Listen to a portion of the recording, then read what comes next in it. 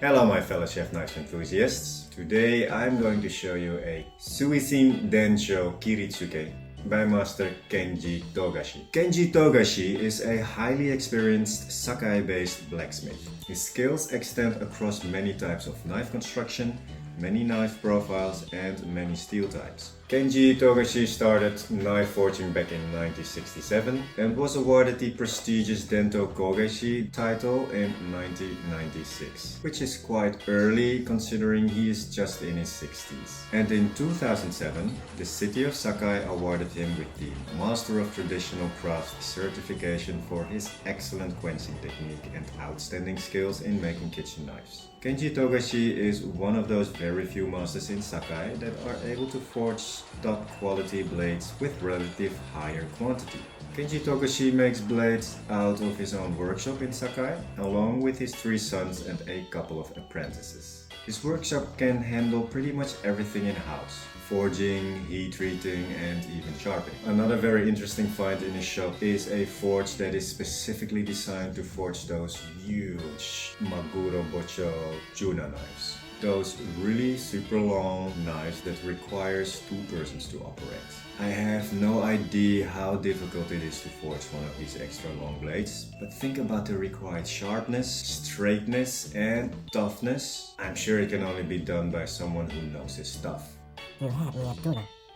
Kenji Togashi is most famous for his Honyaki knives or true forged blades. These are the most difficult knives to make and failure rate is high. Kenji Togashi is renowned for his mastery of this now endangered blacksmithing skill. This series of Suisin Densho knives is forged from Shirogami No. 1, the most pure and highest quality of steel. The white steel is essentially just iron with between 1 and 1.4% carbon added to it, but what really distinguishes it is the lack of phosphorus and sulfur, so it's exceptionally clean. Shirogami No. 1 steel is the most difficult to be forged, which requires tremendous skill, abilities and experience, and therefore it is quite rarely found on the market. Shirogami or white paper steel has a particularly fine martensite structure and can therefore be ground to particularly sharp edges with great edge retention.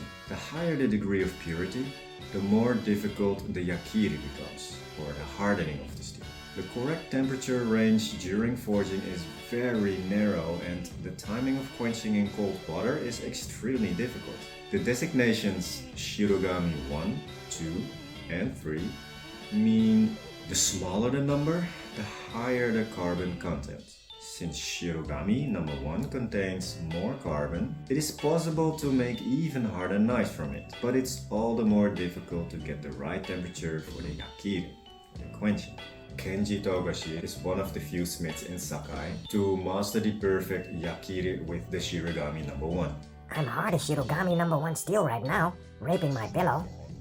Now let's have a look at this knife, shall we?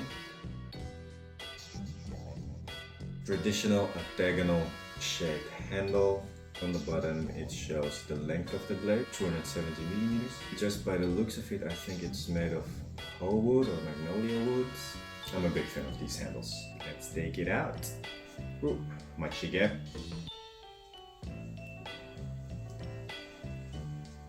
Ooh, nice stamps.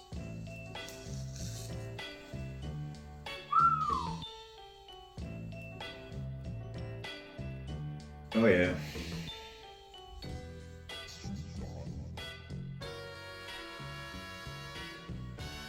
Obviously this is not a show pony knife with beautiful Damascus or all these bells and whistles or whatnot. This is just a very traditional Japanese single bevel knife, no nonsense, but made by a legendary master, made of the best steel.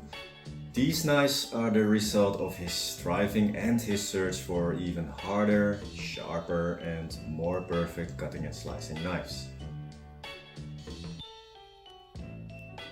The front, the back of the knife and the rear cutting edge are elaborately mirror polished. On the back, the knife bears a stamp of Master Kenji Togashi just below Suisin's stamp. There is visually not that much to drool over. It's a beautiful blade, don't get me wrong.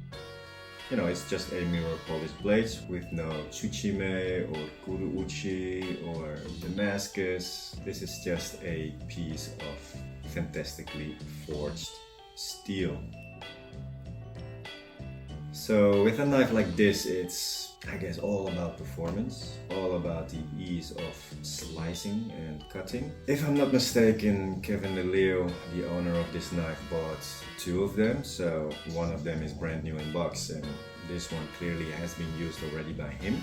So I can't wait to use it myself. There is a really cute Indonesian lady passing by later tonight. So I guess I'll use this knife to prepare her a nice Japanese meal.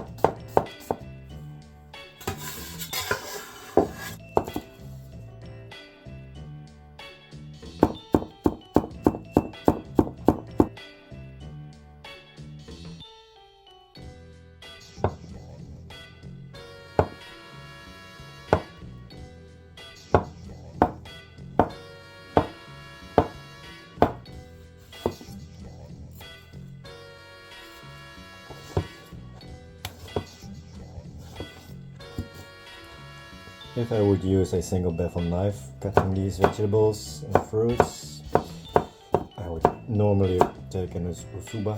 I just wanted to make this whole dish with this knife. So we have all the cut produce right here. Add a little pinch of salt, ponzu, avocado oil. Still had a few leftover microgreens in the fridge, looking pretty.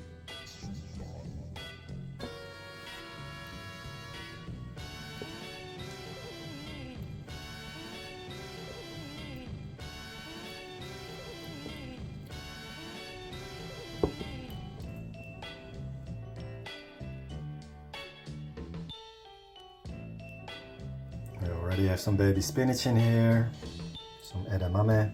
So I'm gonna add some green asparagus, roasted sesame dressing, and you have a really nice salad. So I seared the salmon in this pan first. I used that same fat to saute these green asparagus. This eggplant has been cooked in the oven, so it's really soft now. I'm going to glaze it with my miso glaze. Put it in the oven for about 10 to 50 minutes on 180 degrees. That will become a really nice nasu dengaku.